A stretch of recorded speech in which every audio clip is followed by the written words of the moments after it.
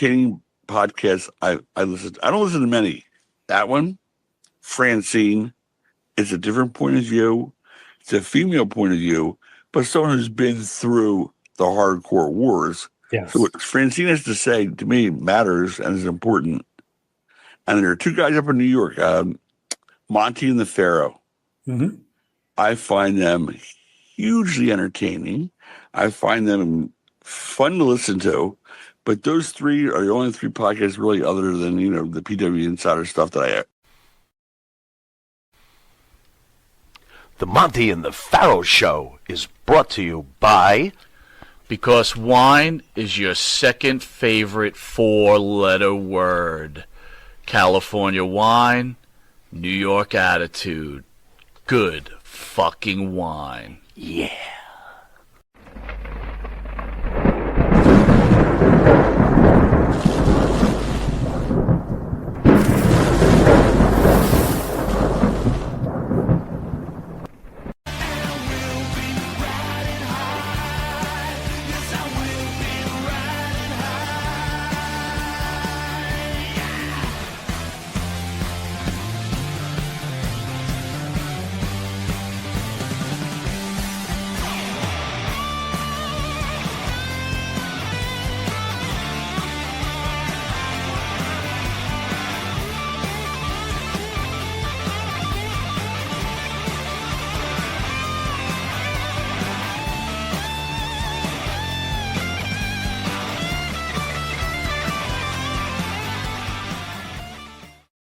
All right, welcome back to the Howard Stern of Pro Wrestling. Monte the Pharaoh out of Mike Monte's room, Jimmy Farrow's room, and in the middle is pro wrestling legend, ECW legend. Can you hear me? Yes. All right, beautiful. Jerry Lynn, how are you, Jerry? Good to see you, my friend. I'm doing great. Doing good. How about you guys?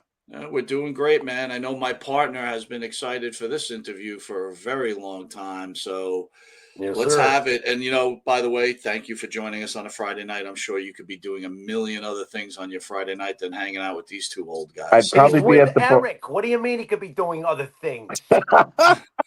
What? To tell you the truth, I'd probably be at the bar having a Tanqueray tonic.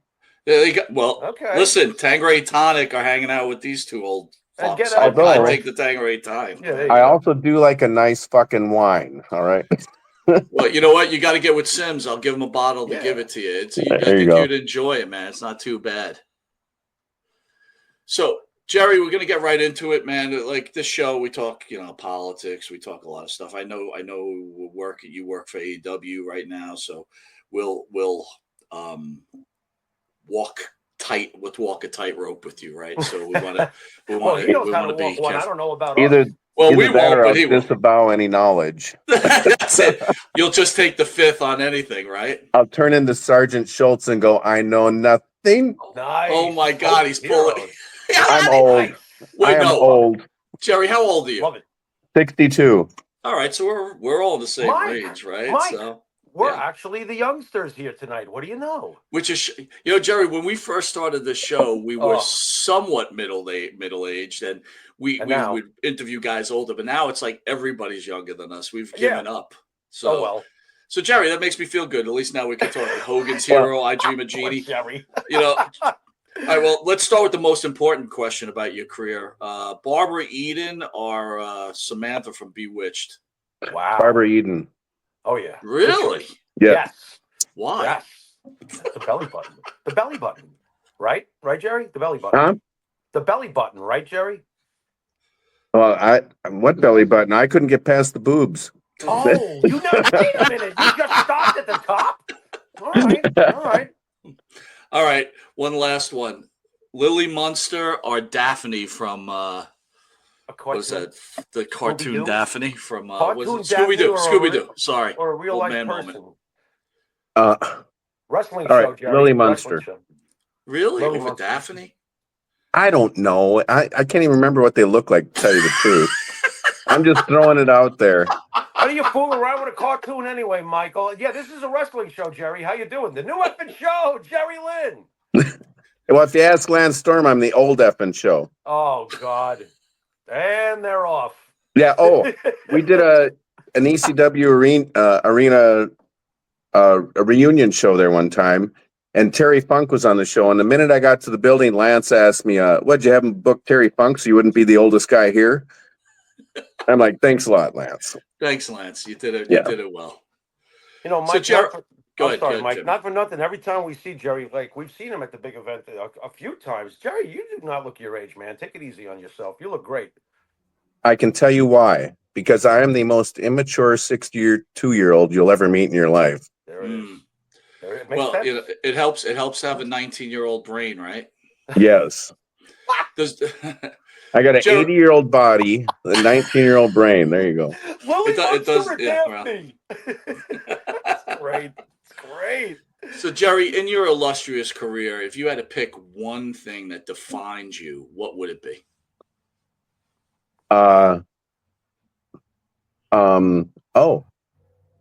Fear Factory letting me use their music to go to the ring.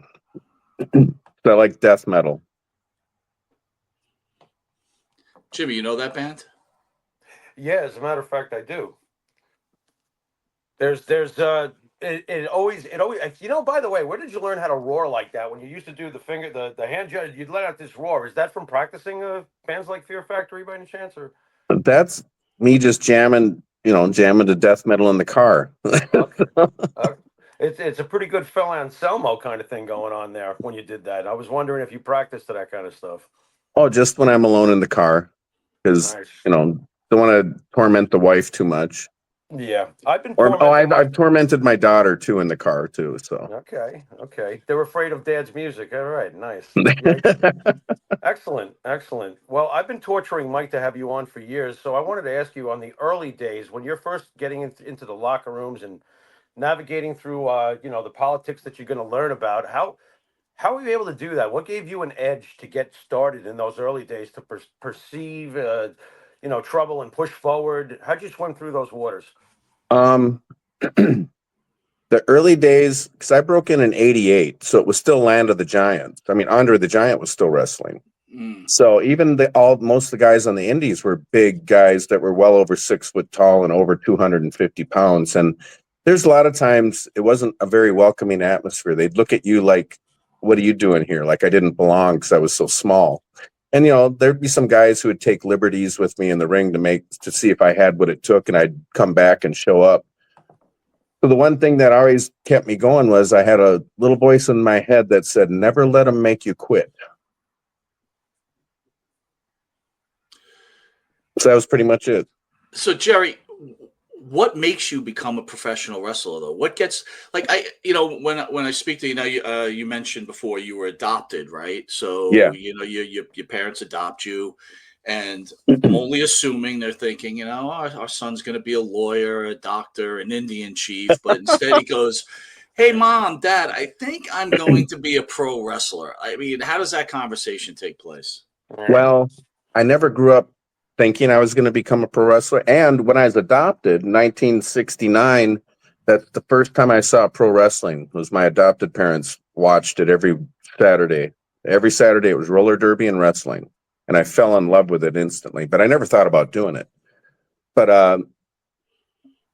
when you ask people, like kids especially, or when you're younger, what do you want to be when you grow up? I always wanted to be a fighter pilot. And my parents told me immediately, "Well, you have astigmatism. You can't. You have to have perfect vision." And that shot that down instantly. So after that, I didn't know what I wanted to be. But so I was always a fan of pro wrestling, but I never thought about doing it because I was too small. So, and I didn't even know about indie shows. I grew up watching the AWA up in Minnesota, and then in the early 80s, we finally got cable, and then you could see every territory. You could see Portland, you could see World Class in Dallas, you could see Florida Championship Wrestling, Georgia Championship Wrestling, CWA, Mid-Atlantic. You could see it all, and I loved it all. I couldn't get enough. But still, I didn't think about being a pro wrestler for a living. I always thought I was too small. My senior year in high school, I wrestled at 132. Wow. So I was always small. Yeah. So you grew up watching the AWA though. So there was, at some point I'm assuming that the small, like, Vern wasn't a big guy, right? Greg No. wasn't a big guy. Brunzell was okay. Was it when you got cable and you started seeing all like WCCW and the WWE, were you taken aback because the wrestling was completely different, right? Yeah, I loved in the South because it was more like when you saw Lawler and Dundee going at it, they were just, punching each other in the face, and it's just a lot of brawling and stuff. And one of the people that really stood out to me was Hot Stuff Eddie Gilbert. And I loved the old Bill Watts UWF territory. It was exciting, and because they had a lot of brawling and just pandemonium and whatever, and they'd go off the air. I could hear Jim Ross going, "Oh my God, we're all out of time," and I'm going, "No, I got to wait a whole week to see what happened now." So it was exciting to see all the different styles of wrestling and stuff. And like I said, I couldn't get enough. And then I realized, like in the Southern, like in USWA and stuff, some of the other territories that did use smaller guys. They weren't all big giants like in WWF and stuff. But what really got me into wrestling was I met a friend of mine started dating a wrestler in the AWA. He did a Russian gimmick, Soldat Ustinov. He was 6'6", over 300 pounds. Mm. And he did a small Ed Sharkey show at this ballroom. So I went to go watch him and met him after the show and told him I always loved watching wrestling. He says, "Well, you should try it sometime." And I told him, I said, "No, I'm too small." And he goes, "No, they'll match you up with guys your size." Yeah, right. So I met Ed Sharkey and he said, "Come on down to the camp." And I knew I wasn't ready. And Eddie was feeling my arms and going, "Well, he is athletic." And I knew he was after my money because I was 155 pounds soaking wet, 23. And I hadn't worked out for a while. And so I thought, well, now that I found out how you got into wrestling, I thought I'll just start working out again. And in a couple of years, if it comes up, it comes up. And in the meantime, I'd gone and watched some indies now that I found out about indie shows and stuff. And because my parents would never take us to wrestling because they said it was a rough crowd. And when I left home, I went and saw an AWA show for the first time. And I realized they were right, because back then, it was mostly adults at the shows, not a lot of kids. And, it was low lit, smoke filled arena, a lot of beer flowing, and it was a rough crowd. And, and then people still believed it was real. So the heels had real heat. I'll never forget when they brought in gorgeous Jimmy Garvin. He had to have, I think, 6 or 8 state troopers escort him to the ring. He had so much heat, and people were just showering him with debris. It was amazing. But what made me think about even pursuing wrestling was watching some of these indie shows, how bad some of the wrestlers were. And I thought my brother and I beat each other up in the front yard better than this. So I thought maybe I can do this. And so I hate to break it to you, Jerry, they still are that bad in the indie shows. But I regress on that. Jerry, I'm sorry. I gotta ask you, and I ask this very respectfully because I myself am adopted. Now, if you've never talked about this before and you want to pass, I totally get it. But why adopted at the age Jimmy, of stop 6? being such a pussy. No, I'll talk about it. He could handle it. He's fucking Jerry I'm Lynn. being Let's go. polite. Let's don't go. label me a pussy there, big guy. Anyway, so why at 6? I don't know. My brother and I, we were bounced around from foster home to foster home. He was 2.5 years younger than me, and they adopted us together. So, but I don't know. It was just, it took that long for someone to want to adopt us, I guess. So I never knew who my biological parents were. I met them when I was 30. Wow. But my brother didn't want to know. But he was too young to realize what was going on when we were being bounced around from home to home. So it wasn't a pleasant experience, because they'd put you in a home, you'd get comfortable, and then here come the people in the dark suits to come grab you and put you in another home. So it wasn't fun. But my brother was lucky. He was too young to realize what was going on. So he and I are polar opposites. He's in the corporate suit and tie world, and I was the traveling freak show. Jerry, what kind of baggage goes on with being adopted, though, right? We've had many wrestlers on. Eddie Mansfield, in fact, he was adopted. We went into that. Is that long-lasting effect even into your 60s now, being adopted, does that affect you to this day? And and if not, how did you handle it? It does in certain ways. Like, when I see families where the parents have never gotten divorced, and it's what I call a normal family life, where you have, mom and dad, and you have all the kids, and you see, how can I explain it? Like family gatherings, even on holidays, it's like a special family bond, and I will never feel that or understand that. And so sometimes, I just think about it and I wonder what that's like, because it's just a whole different kind of bond that I never experienced and never will. How did that affect your relationship with your adopted parents, your final adopted parents?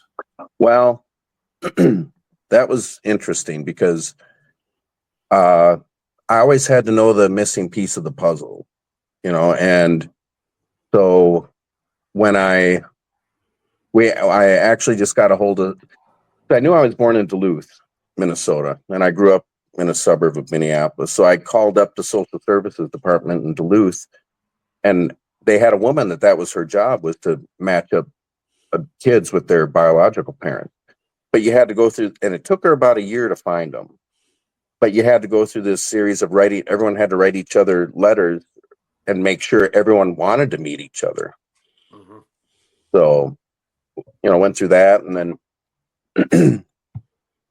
I didn't know what I was hoping for, but I realized after meeting them, there never is a good reason for children being put up for adoption. So it wasn't a very good story, which made sense to me after I thought about it. There never is a good reason for children being put up for adoption. Do you feel like you had closure? I never obviously met my biological parents, and there is a void. And everything you described about holidays is absolutely true. Was there closure for you getting to finally look at them face to face? Oh yeah, I had to know, even though it wasn't a good story, and that it opened up some more. How would you put it? Different feelings, but I still had to know the missing piece of the puzzle. My whole life, I wanted to know. And even when I was a senior in high school, I told my adopted parents I wanted to meet my biological parents, and they got pissed. They weren't happy about it. And I thought, well, I'm not going to disown you, But I think that's what they thought, that I would disown them and run to my biological parents, which, no. Well, Mike, at the deepness of this conversation, I can see why I proceeded as a pussy in the beginning of it. Jerry, thank you for sharing that with us. Man, that comment bothered you. No, I was just saying, Jimmy. It's like this is real stuff. I was treading lightly. Yeah, it's real stuff. It's real stuff. I was treading lightly. Thanks, Jerry, for sharing your truth. Oh, sure. Yeah, absolutely. Several years back, and Mike and I have been doing this now for 8 years, which freaks Mike out, and I can see why, because it seems like two blinks. But several years back, we did one of our all-time top 10 countdowns, and this one was greatest matches of all time. And Mike had his list, and I had my list, and one of the matches on the list was RVD and Jerry Lynn, and Mike was kind of perplexed because Mike didn't really catch the ECW bug the way I did. I was like, oh my God, I would watch it at Madison Square Garden Network late at night. It was my own little secret, if that makes any sense. It was, they wasn't the huge giant company, but I knew something special was happening there. And then there was you two. And you guys had matches, especially in my mind, Living Dangerously of 99, that I included on my top 10 greatest matches of all time. What was it that made you two guys, Lennon and McCartney, composing in the ring? What was it? Well, for me, growing up, watching wrestling, since 1969, I never wanted to watch two good guys wrestle.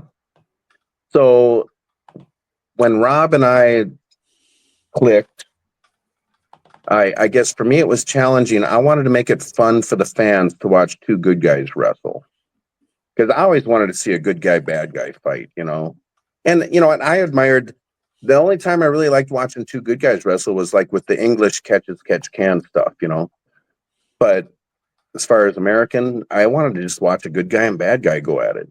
But so I just wanted to make it fun for the fans to watch two good guys and fun for us too. I always wanted to, when I was in the ring, I always wanted to make sure I was having fun. How proud are you of that match, or those matches, actually? It's funny. There's been times where I've gone back and watched them again, and I go, man, those could have been so much better. Wow. Wow. But you can only, and I realize you can only work with what you know at the time, because I've learned a lot since then. Right. So, yeah, and then there's several times where, I've made several appearances on Botchamania. And I've heard the "you effed up" chant so many times, but I realized too, because I used to kick myself over and over after matches, and I'm like, that was so stupid. Why'd I do that? And I finally realized you don't get do-overs. You get one live take. Yeah, that's it. So learn from it and move on to the next one. It's also the right place at the right time. And honestly, with all the advanced knowledge you've accumulated over the years, I wouldn't want you to change what you and Rob did in '99. That was perfect for that moment. It's almost like going back and changing a great album or something because you've learned other things. Look at this. You just botched the phone, Mike. Did you see that? Nothing like live TV, Jimmy. Nothing like live TV. Well, you're right. For at the time, it was, it worked. And what's funny is when I was in WCW, my buddy and I, he wasn't in wrestling, but at 2:00 in the morning on some obscure network, we would watch ECW. And I told him, I said, that is one company I will never work for. Because we're watching Balls and Sandman trade share shots. And I thought, someone's going to get a blood clot or an aneurysm and drop dead here. And then that fans are handing weapons over the rail like frying pans or microwave ovens. And these guys are hitting each other over the head with this stuff. I thought, I'm never going there. But I've screamed from the mountaintops, Mike. This is where Mike always calls me the nerd because I can be sometimes. But that was part of the magic of ECW. Yes, everything. It's always known for the chairs and the blood and all this other crap. But then there were you two guys. Well, people forget too. People forget you had Eddie and Dean Malenko had a great series of matches there. You had Psychosis and Mysterio. So ECW always had great wrestlers there. Yeah, they did. So I equate ECW with the three-ring circus. You had a little bit of everything. And you even had the Comedy Gaga with the Blue World Order. You had a little bit of everything in ECW. Yeah, Roadkill, the Amish chicken plucker. Yeah. Come on. Jerry, I always hear about ECW, though, that you guys were like this family that felt like you weren't good enough and you wanted to prove everybody wrong. Was that the case, or was it really like, hey, man, I got to just make it here so I could hit the big time and make some real cash? We always would, I don't know, semi-jokingly and semi-seriously would say, just like on Rudolph, you had the Island of Misfit Toys. We were the promotion of Misfit Wrestlers. I agree. But somehow it worked. It did. And they were. New Jack, Raven, Sandman, Sabu. Look at those guys, Mike. He's right. Then, Jerry, in your opinion, and since now you're really advanced in the industry, where did it go wrong? Oh, well, that's easy. It wasn't a primetime family product. We were very rated R, maybe NC-17, maybe close to rated X at times. So there was no way back then, with how strict television was, that a network was going to sign us to a TV deal. I don't think no one would want to touch that and put it on a major network. You know what I mean? At that time. Sure. Now things have changed. You get away with a lot more on TV, but that's how things have progressed and stuff. But I always wondered, even whenever wrestling would push the envelope and people would go, oh, no, we can't do that. But meanwhile, every night of the week on primetime TV, you got shows like CSI and stuff showing in grisly detail how rapes and murders are committed. But for some reason, if wrestling pushes the envelope, it's a big no-no. I never understood that. let's turn it this way and set me straight on this. One of the debates I've always had was about Paul Heyman, right? So Paul Heyman, now we've seen how his career has turned out. He's considered the greatest mind in professional wrestling, probably next to Vincent Kennedy McMahon, right? But I've always felt that Paul Heyman came from a rich family. He didn't have a lot to lose. And I felt that if he did not have the backing he had, he would have went to obscurity. Set me straight on that. I don't know. The problem there also with ECW was WCW and WWF started rating talent. So Paulie was forced to sign guys he wanted to keep at higher money, but the money wasn't there. So that was another, setback, and just it was just a slow start to the demise. But as far as the money backing, it came out what Vince was kind of helping fund it to keep it alive a little bit. Yeah, right. That's it. Yeah, it eventually came out, right? So, but here, what was very frustrating too is because we were all trying to build this thing and make it something, was when TNN brought us on. Well, it turns out they just brought us on as a test to see how pro wrestling would do on their network, and without any promotion or whatever, we were their number one show. And then they turn around and offer WWF $100 million to come to their network. So that was a real kick in the ass, Right, It's like, right. Thanks a lot, Wow. I want to turn it to some more recent news. I'm gonna throw up a picture. So Jimmy and I were at the big event. You've been to the big event before in New York. It's a pretty solid event. This year, AJ Lee was there, and there was a fan that took some pictures of AJ Lee and decided to turn AI into his own personal love fest with AJ Lee. And wrestling fans are all in an uproar right now because God forbid that you put a picture of yourself kissing AJ Lee. But let me ask you this question: Do you think wrestling fans take things way too serious, or even AJ Lee, for example? Do you think she takes it way too serious that someone's using AI to see that she's making out, or what's your feelings of that? I think both at times take it too seriously. Like when I hear wrestlers say, if you see me at the airport or where in public, don't approach me. I'm like, I'm sorry. The fans are why you have a job. Thank you. I could understand if you're in the middle of a meal, them walking up to your table and interrupting you in the middle of a meal, which I've never had that happen. I've had fans wait at the door at a restaurant until I'm done eating. And I've had fans hit me up in the hotel lobby, at the airports, wherever. But I always give them time because they're why I had a job. And I get it. The ones that have a whole board full of pictures, they want you to sign 20 pictures. Just say, I can only sign one and move on. Don't get all butthurt about it. And you chose to be in the spotlight. You chose this job. You chose this career. And the fans are why you have this job. So I disagree when you say, don't approach me. It's like, who are you? You should be grateful and thankful for what you have. But that's me. So I always tried to give the fans time, no matter where. Whether it doesn't have to be if they want to sit there and turn it into a half-hour meet and greet, just say, I'm sorry, I got to get going. Just be polite about it. But that's me. But I think, and the fans takes things too seriously too. What's a good example? I mean, there are some stalkers out there. You're going to get that. I understand that. And we've had, and every once in a while you got people. Do you think this guy's a stalker? What are you thinking? I don't know what to think. Like you said. And, technology keeps changing. So you're going to come up with, new stuff.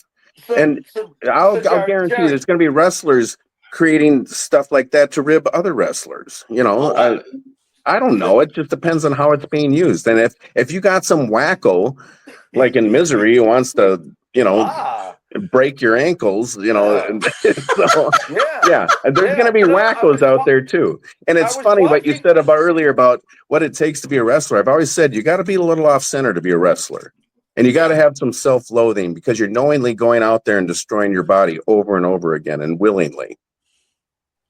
All right, well, let's hope you don't have a fan knock on your door and say, "I want you and Rob to do that match again." At my age, I'm begging for anything. No, I'm just like, I'll do it. Jerry, where do you draw the line with AI? Because to my horror, my partner loves this stuff, and I've seen AI of me with giant Sergeant Slaughter jawbones, and there's facsimiles of me where I'm fat, Mike. Yeah. So where do you draw? And I'm not fat, Jerry. I'm not at all. Well, who cares? It's like the old saying, sticks and stones will hurt my bones. Who cares? Now, like I said, if it turns into a stalker and it starts getting dangerous, well, Okay. All right. Fair enough.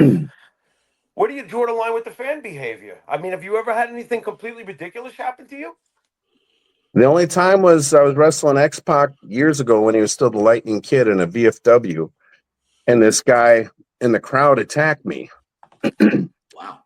And he grabbed me by the throat, and I just gut-wrenched him, picked him up, slammed him on the concrete. We went in the ring, finished the match, and got to the back, and the promoter said, "Did you know that guy?" And I said, "No, I'd never seen him before in my life." And he said, "Well, you better call the police and press charges before he does."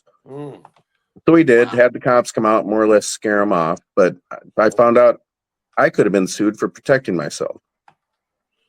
So, when the fans want to get physical with you, that's a whole, that's ridiculous. You're not part of the show. But here's the problem too. You have wrestlers holding, say, the heel, the bad guy, for the fans to chop. Well, now you've said they're part of the show and they can touch you. You should never do that. And if you're a heel getting a ton of heat with the fans, don't get within arm's length with them. Don't give them an opportunity to hit you. Be smart about it. You want to get them riled up. Well, don't get close enough. Years ago, when I first went to Memphis, USWA, they said, watch out for the little old ladies in the front row with the purses. They'll put a brick in the purse and try and clock you with it. Wow. Yeah. So you never get, if you're the bad guy, never get close enough to the fans. You want to get them riled up. But nowadays, it's, I don't know. I can go on. I don't want to go off on a tangent. What did you think about when the evolution of fans taking over shows? What's your thoughts on that over the years? I hate it personally. What do you mean taking over? Well, they won't let a guy do a promo. They'll start chanting somebody else's name, like CM Punk, for example. That was going on in WWE for years. They want Kofi Kingston as champion. They want Daniel Bryan as champion. They want this one as champion. There has been takeovers by the fans. Sometimes the company's got to, bow to the pressure. We've seen it, right, Mike? I mean, any thoughts on that? You don't have to bow to the pressure. Oh, then who's working who? We've seen it. Who's working who? Right. Thus is the question. Because very good. Very good. I've told someone, I said, remember the fans don't control the booking. And they said, well, they kind of do. And I said, no, they don't. I thought to myself, no, they don't. I didn't want to argue about it. Right. I said, I was thinking in my head, they'll tell us when it's time to pull the trigger on someone, but we get them there with the booking. Understood. Well, Vince kind of did that, right, Mike? I mean, he's done that in the past where the fans want something. Eventually, he gives it to them. He does yank it away, though, a la Brock Lesnar and Kofi. We get them there where they want something at a fever pitch, and then we pull the trigger. And then you get the biggest crowd reaction. Right. But just because they're throwing a hissy fit don't mean you give it to them right away. Wait till enough of them want it and at a fever pitch. See, now I hate saying all this because I still like the kayfabe. But that's true. The people forget that this business is all based on human emotion and psychology. And you don't want to let them control the show. We control them. And get them to want it bad enough so when it happens, it'll get the biggest reaction and blow the roof off that arena. Otherwise, if you give it to them immediately, it'll be like a fart in church. Well, let me ask you, do you think today's wrestling is too... So, Jimmy and I speak about it. So we grew up WWE guys, and we'd go to the Garden at, 12, 14 years old. Yeah, and 1980, Bob Backlund against Don Morocco, and you would have a rest hold for like 5 minutes. And we thought it was the greatest thing ever. today's wrestling fan wants it right away. I know you work for AEW and even the WWE. They seem to give up the storyline much faster now because it's just a television program. What are your thoughts about that? Well, the problem is when you have one pay-per-view every month and you're kind of building your stories and your angles towards each pay-per-view. And like you said, 30 days is too soon to start and end a feud. Feuds used to last a year, 2 years. Yeah, right. And when you start and end a feud within 30 days, you haven't given the fans enough time to get emotionally connected to the whole story and get involved. That's like having 2 episodes of Yellowstone and you're done. Right. Wow. Jerry, do you think that it's also due to the fact that when we were kids growing up in the early 80s, the rosters were smaller than they are today? What I mean by that is WWE has 2 full rosters. You said once a month you've got to concentrate on the payoff, the pay-per-view. Now you've got 2 shows where you're jamming all these guys in. How do you have time to develop any storyline for this when you've got roster overload? Is there anything to that maybe too? Well, I always thought when they had Raw and SmackDown, I would have never. The only people I'd have bouncing back and forth on both shows would be the world champion and the world tag team champions. Mm-hmm. Keep both rosters separate, and once a year have a pay-per-view with both now where both rosters intertwine. Love it. And you could build great. It's like team versus team, But right, and plus you got your feuds amongst each team, But yeah, when you're a lot of times you have way too many guys you're trying to fit, and like you said, years ago they could, work a hold and stuff for 5 minutes stuff. Now you can't. Everyone's short attention span is so much shorter, especially watching TV now. One corner of the TV is the channel you're watching, the station. Another corner pops up what's going to be on TV Tuesday night at 8:00. Then here comes a ticker tape across the bottom. So while you're watching a show, you're constantly being bombarded all over different corners of the TV, other stuff. So everyone's attention span is way shorter now. And my daughter, she'll be playing a video game on her computer with her friend in Wisconsin while she's talking to someone on her phone while she's got a movie going on her iPad, all at the same time. Right. So everyone's attention span is so short. And I understand there's certain things now in wrestling we can't do now that we could have done 25, 30 years ago. We can't do it now. Now we got to tweak it a little differently to keep everyone's attention.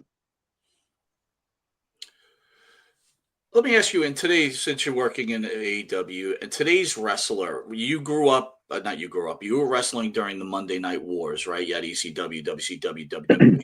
And we're just fans, but the stories you hear that, everybody was looking to beat the other one, and it was true competition between the wrestlers.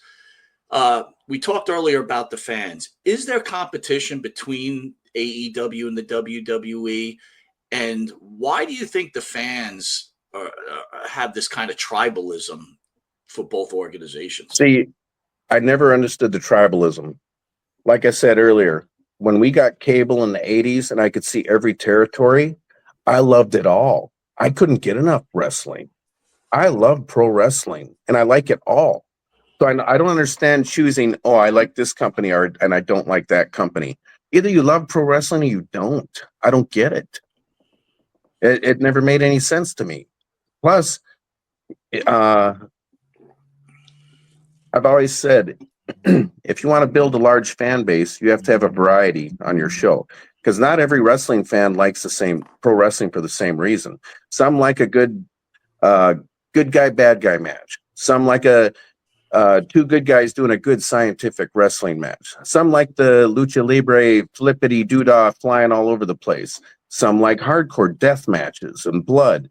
Some like comedy gaga. If you want to build a large fan base, you got to do it all, have it all, and have a 3-ring circus because everyone likes it for a different reason. I love it all. So I don't understand this picking and choosing companies or that match sucked. I love it all. I don't get it. Either you love pro wrestling or you don't. I don't know. I don't know what to tell you. Well, honestly, I as a fan, of course, experienced the Monday Night Wars and watched it all happen. I think that you work the fan. Well, obviously, you always work the fans. You work the fans into buying what you're selling. And the Monday Night Wars, the fans bought. And I watched it happen. Mike, I don't know if you had this at your job, but I did. People were arguing with each other over which company was doing the better show. And I think that that's where, as weird as it sounds, it started. And even recently, I had a job and I was working with a kid who likes AEW. He's half my age and he hates Vince, and we're going back and forth. So I think those seeds were really laid with the Monday Night Wars there, Mikey. Plus, as far as the companies being in competition with each other, well, it'd be the same thing if it was what's another good example? Fast food restaurant, Wendy's, McDonald's. Who's got the best hamburger? Whatever. Competition's good for business. Because when WWF bought ECW and WCW, there was no one else for 20 years. And it was horrible for the boys because no one had bargaining leverage. It was, here it is, take her to leave it. Right. And same with the creative and the product. There was no pressure to do anything better. There was just them going to the fans, here it is, take it or leave it. So when another company pops up, that's good for business. Because now everyone's got to up their game and put on a better show. And it's good for the fans. And it was really good for the boys because now the boys had somewhere else they could get a job. So they had bargaining leverage when their contract came up. It wasn't, here it is, take or leave it. So when I hear people in either company cutting down the other one, when AEW, or even when AEW popped up, there were guys I knew in WWE who were trying to cut it down and rip it to shreds. I'm like, you should be thankful. You wouldn't have got that 5-year extension and a raise if it weren't for that. Right. What do you, and then when I hear fans saying, hoping one company goes under, I'm like, really? Do you know how many people have wives and children they're supporting? You really wish we were all out of a job? And that's what I think about the wrestlers in the other company when they want to wish us under, or vice versa. You really wish each other out of a job so you can't take care of your family anymore? It's just sickening. Do you ever hear that from some of the younger talent, and do you straighten them out if it does when it does happen, or if it does happen? I've never really heard it. If they said it live, I'd probably say something to them because no one thinks about that. You really wish people were out of a job. Is AEW true competition or just an alternative to the WWE? Well, it's an alternative and it's competition because we're both in the same business. We're selling the same product. It might be different flavors, but like I said, in every different industry, there's competition. Look at how many different cell phone companies there are. Look at how many different television makers there are. Sony, Samsung, all these. There's competition in every product out there. Can you foresee the WWE opening a window where AEW really could get a major push and really start to expand? I mean, they've done a good job, right? What do you mean? Why does WWE have to open a window? Well, what I'm meaning is that WWE, when you just pointed out, when AEW came, WWE really started changing the game. They started really working hard again to build some really good storylines. All of the Bloodline, Cody Rhodes comes over. As a wrestling fan now, I see with TKO and them trying to get so much product out, the storylines are starting to slide now. Where AEW is a little more concentrated and they're starting to build their storylines. And that's what I mean. If the WWE, good. That's just up to each company. You always have to up your game. You can never get comfortable. I tell that to wrestlers. I've had Queen Amanada asked me to do her little vlog, and she says, "Do you have any advice for any wrestlers or people who want to get into wrestling?" I go, "Yeah, you get out of it what you put into it." And I said, "Now you've made it here. You're signed. You're a signed talent." I said, "Now what I could tell you is never get complacent. You always got to up your game. Never get comfortable because there's 5,000 people waiting to take your spot." Same thing with either any company.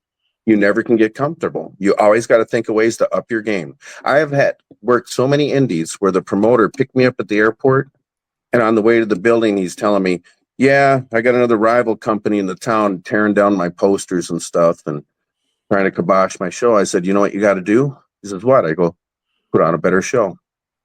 That's all you can do. Put on a better show. And it'll travel by word of mouth. Mm.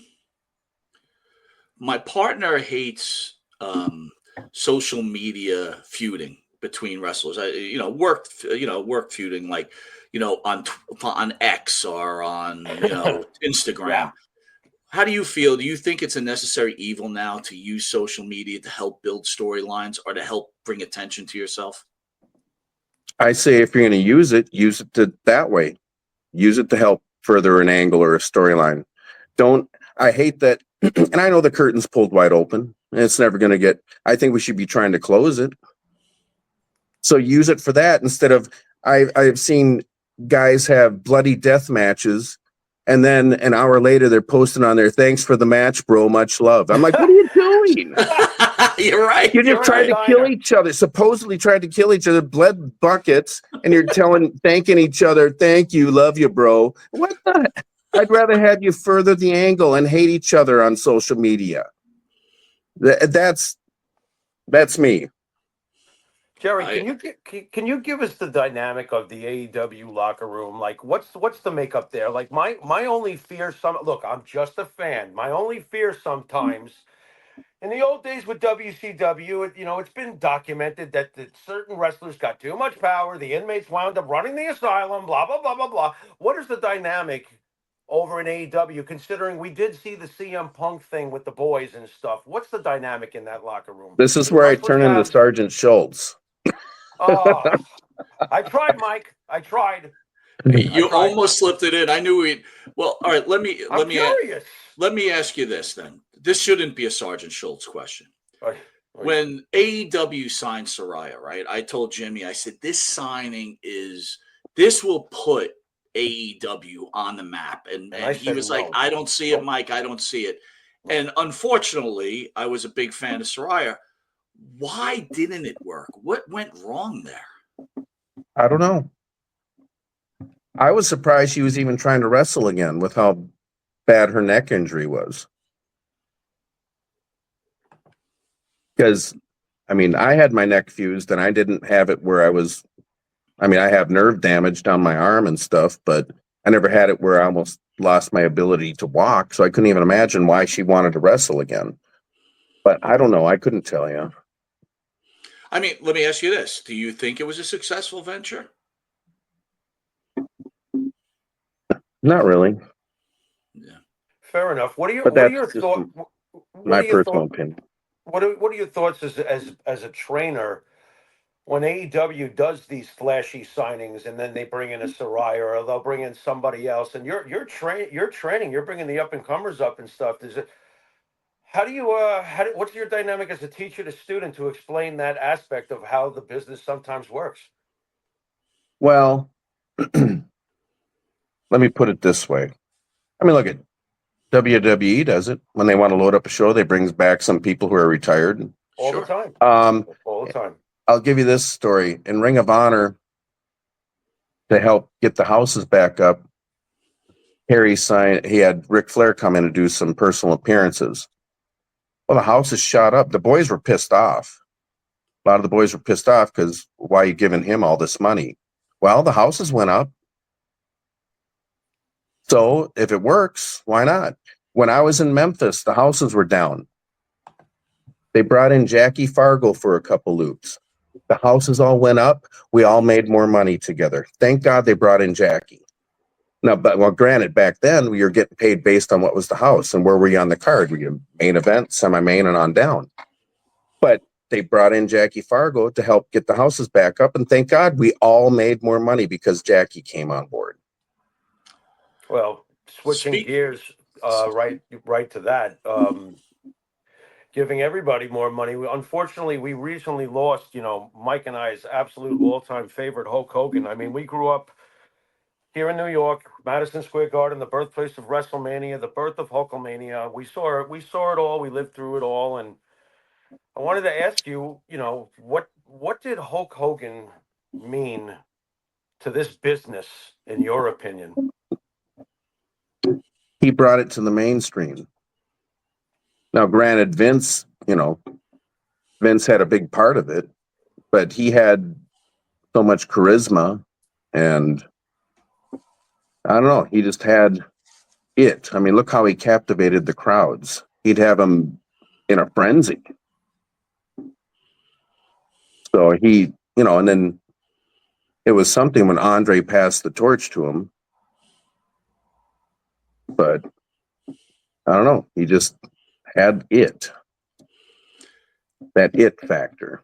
Being an old school wrestling icon, the way Hulk was treated on his way out, again, understanding that he had some indiscretions. How did you feel? What did you feel about the fans' treatment towards him towards the end? And maybe even some of the wrestlers making a stance against him even after his passing? That's between them, because not everyone's going to be your favorite. There's I'm sure I'm not a lot of fans' favorites. I'm sure a lot of fans don't like what I did and, whatever. But then here's another thing. Not one person on this planet hasn't done something they didn't regret. So, everyone's with how can I put this?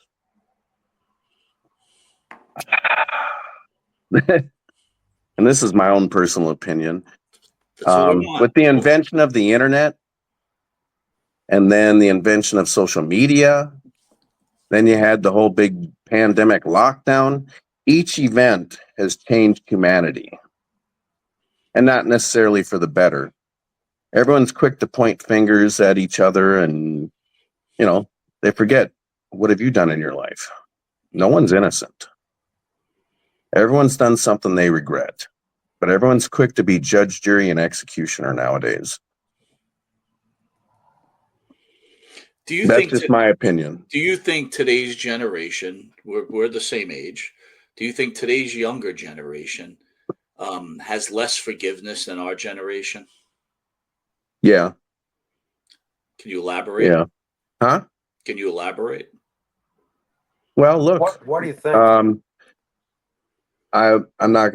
I don't talk. I was always brought up, don't talk religion or politics, but we have seen it with our own eyes, with people thinking it's okay to kill someone if they have a difference of opinion than yours. They can justify murder now just because they have a difference of opinion. Just because of words. Well, we grew up with sticks and stones may break my bones, but words will never hurt me. But now it's a whole different ballgame. If you have a disagreement, it's okay to kill you now or take a human life.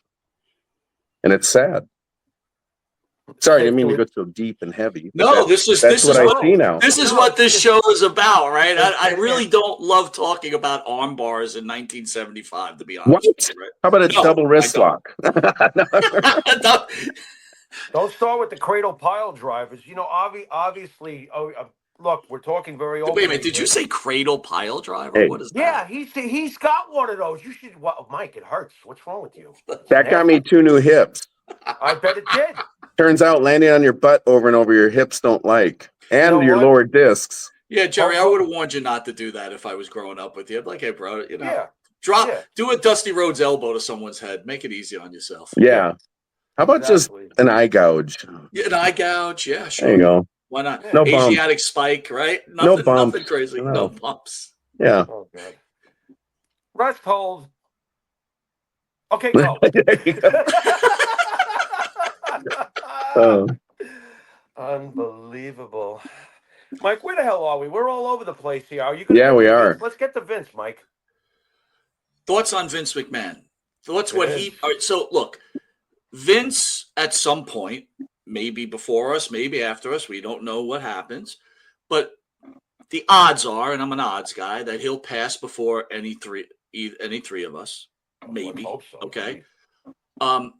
What did Vince McMahon mean to the industry, to you as the wrestler, and Thoughts on Vince McMahon as the person from what you know? I never had a lot of interaction with him, but you got some juicy questions. Yes, sir, we do. And in your very beginning, you were with this company in the early days of your career. Did you never got to talk to him? Oh no, I was not early. It took me 12 and a half years to get there. I did do squash matches. I forgot. I did do TV tapings in '89, but I never talked to him. No, I was just a jobber, an extra, going there to, get beat up. But so Jerry, I was massaging you into the Vince McMahon question, and Pharaoh got you on wrestling again. Let's get you back on track, Vince McMahon, please. To tell you the truth, I don't like what he did to the industry. I don't like how he went around and bought the top talent from every territory and ran everyone out of business. I love the territory. Now, Jerry, I'll play devil's advocate with you because Mike and I, look, we've had hundreds of guys on from the territory days.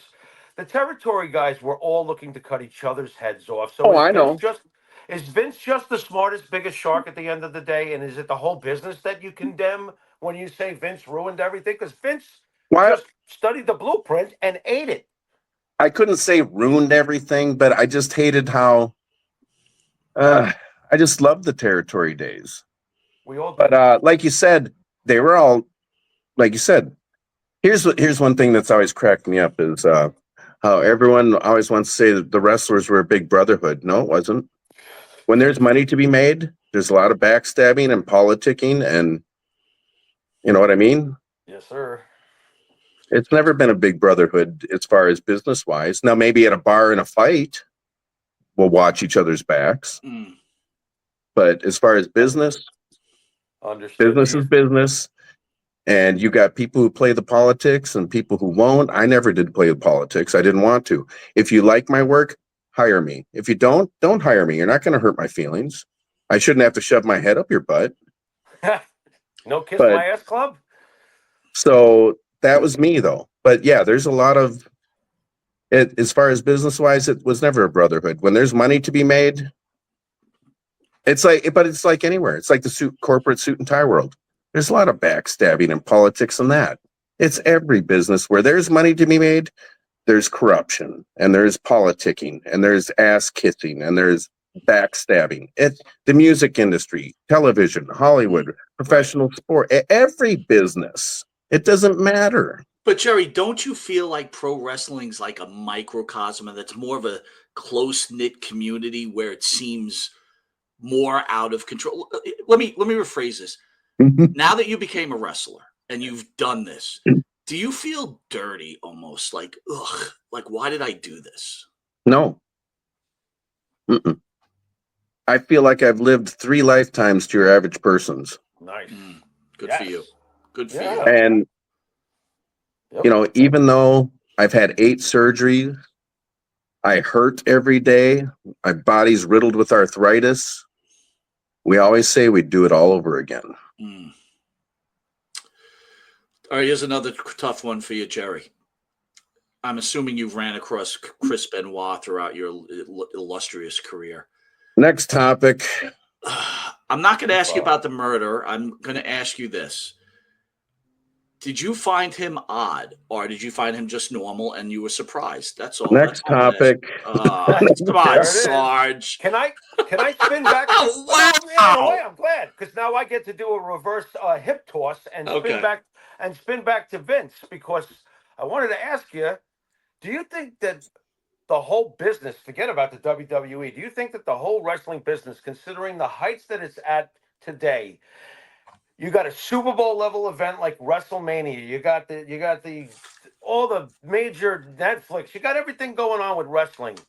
Is wrestling in the future going to be better or worse without having somebody like Vince McMahon and his vision around? Is it going to be better or worse? Because I'm scared. I have to tell you the truth. On a business level, I'm afraid. Well, I'm scared too. Okay. I don't know. I compare pro wrestling to the X Games. Every year, the moves and the spots get more dangerous and spectacular. and the bar keeps getting raised. Well, you can't, pretty soon you're not going to be able to keep raising the bar. I mean, what's next? I always say when you do the high falls, it's a no-win situation. Because if you see how safe it is, and the fans are, oh, you can see all the boxes underneath the canvas and blah, blah, blah, that, what a bunch of bullshit. And then if you don't, and it looks a little too dangerous, and how could you put your wrestlers in that situation? So the high falls, I think, are a no-win situation no matter what. But I don't know what they're going to do. They keep raising the bar. It's like you got to figure out a different way to keep improving the business instead of making it more and more dangerous every year. Did you realize way back that you were changing this business? Because the very things you speak of, in other words, I don't think we have Kenny Omega or Will Ospreay or a lot of these guys and this death-defying insanity that we have today without you. Or in layman's terms, Jerry, it's your fault. How do you feel great. about Thanks that? How do you feel about that, Jerry? I have a little Jewish guilt. You're in the room with Eric. Way to go, Jerry. Way to go, buddy. Yeah. I mean, how does it, how does that make you feel? Oi. Well, what's funny is one time Jericho and I were in the back watching one of these crazy matches, and he turns and looks at me and he goes, "Can you believe we used to be the High Flyers?" And I'm thinking, I had more of a ground attack. I would do an occasional dive, but man, I would strictly a ground attack. Right. True. Jerry, who are you working with right now in AEW? Like, what storylines are you working with, or who are the wrestlers you're working with? Everybody? No one in particular, just different people. All right. We're going to be respectful of your time. I'm going to ask you another question. Hopefully you'll answer this one. Could MJF work out of AEW, meaning that his character's fantastic, the way he works, but he works a bit blue in AEW, which probably wouldn't translate, in my opinion, to the WWE. Is he talented enough to make that transition if necessary? I think so. But, it's up to each individual wrestler. Brad Rangens trained me. I don't know if you know who Brad Rangens is. Of course. Sure. Yes. Mm-hmm. And he told me to be a good worker, you have to be able to adapt to anyone you're working with, and their style and their sense of timing and how they move. Some people move smooth, some people don't. And then also, like you said, the companies will have different styles. But so you just have to be, are you flexible enough to change, and mentally, are you going to be stubborn and say, no, I'm not going to do that? Or are you going to take it as a challenge and challenge yourself to be able to transform and be able to, and be flexible and be able to work different styles? And, I don't know how else to put it. It's up to each individual person. Are you going to be flexible? Are you going to be trainable? Are you going to be cooperative? Because some people are stubborn and stuck in their ways. But I think he's talented enough. Yeah. Is today all right? So this is not my real life. So whether you know that or not, I'll make that announcement right now. You probably figured that out already. But today's. What? You mean this is fake? Hold on, Jerry.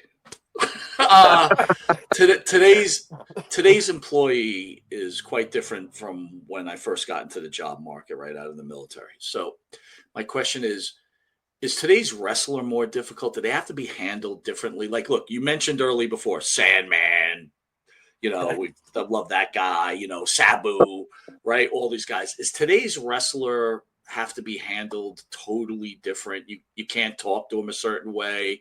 You have to act a certain way. Or is it the same because it's pro wrestling? No, it's different now. But like even years ago too, if you had someone who was a problem, you'd throw them in the ring with, say, a Dr. Death Steve Williams and give them an attitude adjustment. You can't do that nowadays. That's like in hockey. You had enforcers. Right. You had enforcers in wrestling years ago. You can't do that now. You'd end up with a lawsuit. How about this though? Right. So I talked to an employee. How I used to speak to one of my employees 20 years ago is totally different now. Now it's you got to be very calm. Is it the same way in wrestling? Please, Mr. Lynn, don't speak to me that way. Please lower your tone of voice. Yeah, it's different now. I was even. Yeah. And I've been in the wrong. I've exploded like Mount Vesuvius, and I was wrong. You're meanie. So. You're a meanie there. Huh? You're a mean. I was. I have one of those about every 8 to 10 years, and then I'm good for a while. You know. Jerry is. Wait, I got to ask this, and what you got? Again, now I'm going to lead everything with hopefully Jerry, you'll answer.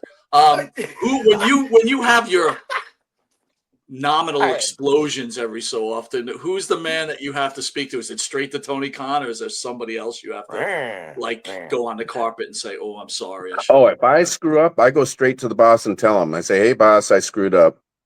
Wow, nice. I've done it 3 times, even at Gorilla. I said, "Sorry."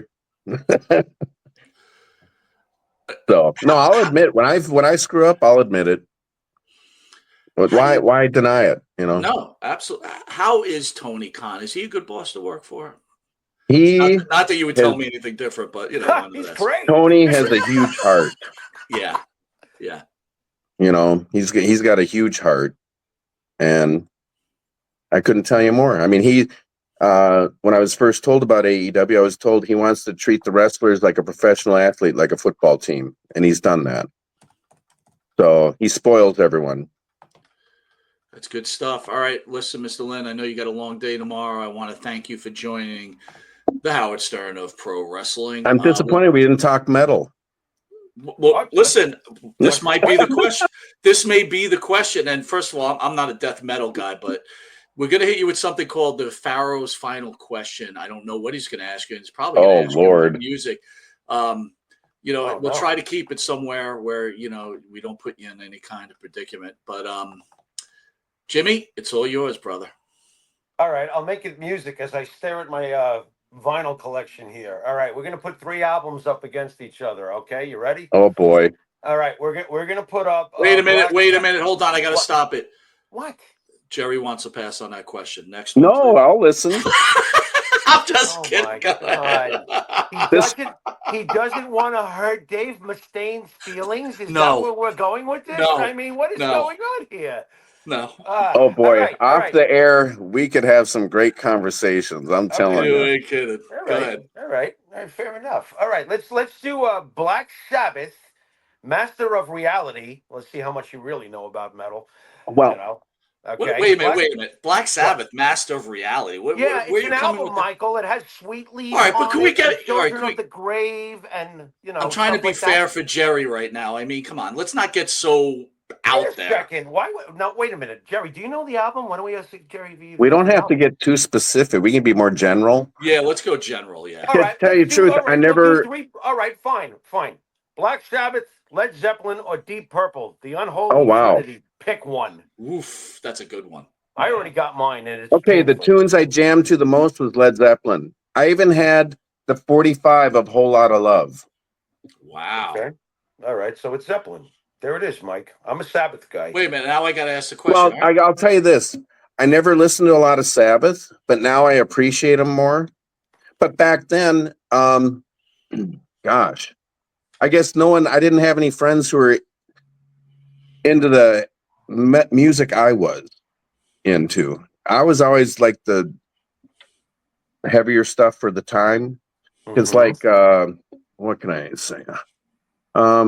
Like growing up, I'd pull out my dad's albums. It was Chuck Berry, Little Richard, Jerry Lee Lewis, stuff like that. And then I even liked bluegrass, Flatt and Scruggs, Bill Monroe, Ralph Stanley, liked a little bit of everything, But then I had a friend who showed me he had the Kiss Alive album. And when I saw the cover, I said, I'm going to like these guys. Now, granted, I was 12 years old, but and then after that, I mean, I loved Bachman Turner Overdrive. I loved Ted Nugent. Then it was Boston and Styx. Jerry, how can you not love these guys? Oh, I remember the TV commercial coming on, and I'm like, I can't wait till it comes out so I could go buy it.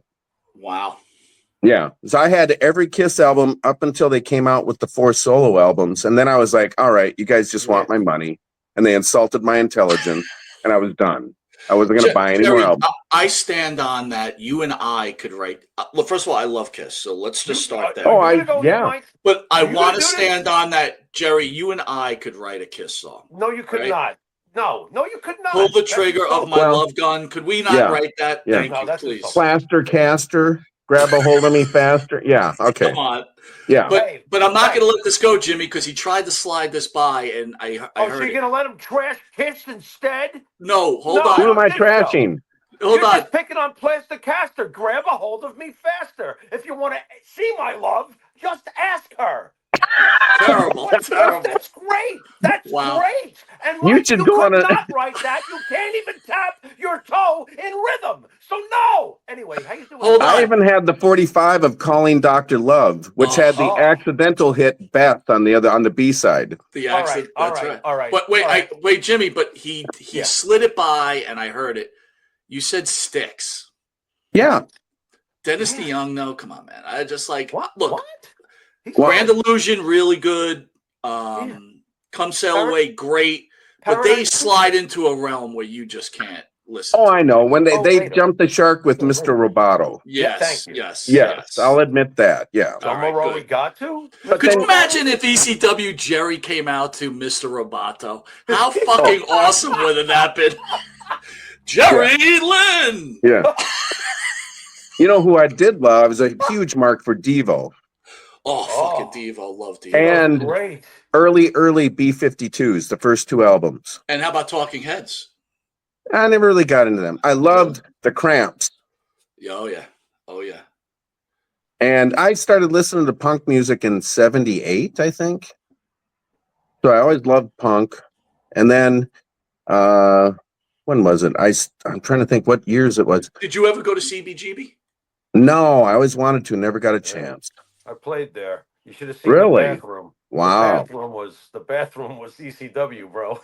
Well, when we were in where was it? The House of Blues down in Manhattan, downtown. We took a picture. They got the bathroom door in that exhibit behind glass. Took a picture next to it. What a mark am I? You know? By the way, Jerry Lynn has not spoke about wrestling this entire hour and 20 minutes. Hey, welcome to Monte The Pharaoh, man. Hey, I love it. We don't want to. All right. So Jerry, again, have a great time. Thank you for my personal. Thank you for what you've done for pro wrestling, and thank you for continually to help pro wrestling. And I know Jimmy has been waiting for this moment. So Jimmy, please give him your flowers, man. So you know. Oh, well, the bottom line is, and I always felt that it was the most charming aspect of ECW. I really did tune in for the athleticism on a level I had never seen before. And yeah, I grew up in the age when this was a sport. It was presented as a sport, and I've always seen it as a sport, even though the Lions were shot to shit a long time ago. It makes no difference to this kid who's still living, as we get back to the beginning of this show, in a 19-year-old mind. So thank you, Jerry Lynn, for doing everything for this business and bringing a smile to my face and so many others from this generation and on down for those who discovered the magic of yesteryear. Thank you for coming on tonight, man. Well, thank you, guys. I'm glad you liked my work. We did. All right, Jerry, enjoy the rest of your weekend in wonderful, ice-cold New York, and hopefully enjoy the AEW event tomorrow night. So, I will. All right. Be well, my friend. All right. Thank you, guys. Jimmy, send us out, pal. You've been watching Monte the Pharaoh with the legendary Jerry Lynn. Till next time, later. Couple of things I want to cover, Jimmy. Yeah. 500 level has now improved on the M&P code. Now go to MP30 for 30% off. Jimmy, I got to tell you something, right? I was at the beach, again, 500 level. If you guys haven't looked at the shirts, right, go to the website. It's incredible. And I got to be honest, right? So it was a little chilly today. I brought the dogs to the beach. I was off work for the Jewish holidays, today. Right? It was cold, yeah. But I have from 500 level, I have a Roman Reigns sweatshirt.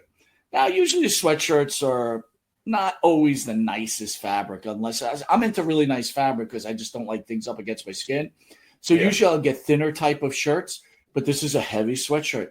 The fabric, unbelievable. And you're going to get a deal at 30% off, Jimmy. I mean, my God, it's a no-brainer, guys. I am telling you, once you get one shirt from them, you'll get 50. I guarantee it. And they've got all the sports. Yeah, dude, tell me what you think of it, Jimmy. They're so comfortable. I got to get a long sleeve now. I'm telling you, I got to, because it was chilly today, especially for a guy who's been in Panama City Beach the last 2 years. It was chilly today, and I love the material. It's so silky. Is that the right word for it? I don't know. No, absolutely. Absolutely, dude. It's so comfortable. So, yeah, I got to get myself some leveled long sleeves. That's for sure. 30%. And again, it doesn't, they got plenty of wrestling stuff. They got baseball stuff. They've got football. They got everything, dude. MMA. They got it all, man. And I'm telling you, it's very high quality. Again, 500 level code MP30, 30% off. So if a T-shirt costs you $20, what's 30% off on $20, dude? It's enough. 10 plus another 20% tacked on top. Not much. It's a steal. It's a steal. I agree. I want to remind everybody too, the Monte The Pharaoh show, hit the QR code, be willing to check out our shows on YouTube, where we got almost 24,000 subscribers. Go to our Facebook page where we're approaching 27,000 subscribers. And again, if you feel like donating to the show, please go to the Monte The Pharaoh webpage, hit donate. Helps us bring in more guests, trying to entertain you.